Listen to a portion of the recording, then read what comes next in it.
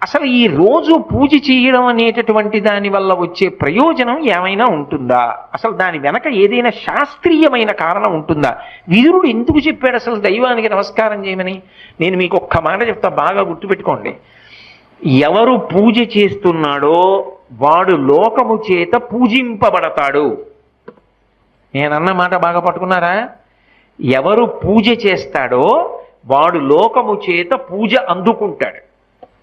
అదేమిటండి మీరు అన్న మాట మాకు బాగా అర్థం కాలేదు, మీరు ఏదో అన్నారు బాగుండదని అన్నాను అంతే అంటారా?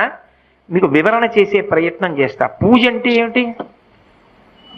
పొద్దున్నే దేవుడి దగ్గరికి వెళ్ళో దీపం పెడుతున్నా, ఎందుకు? ఎవరు భగవంతుడు? చంద్ర సూర్యౌచ నేత్రే కర్ణావాసా శిరోద్యౌ ముఖమవిదహనో యస్య వాస్తేయమబ్ధి అంతస్తం యస్య విశ్వం సురనర ఖగో భోగి గంధర్వ దైత్యైః చిత్రం రమ్యత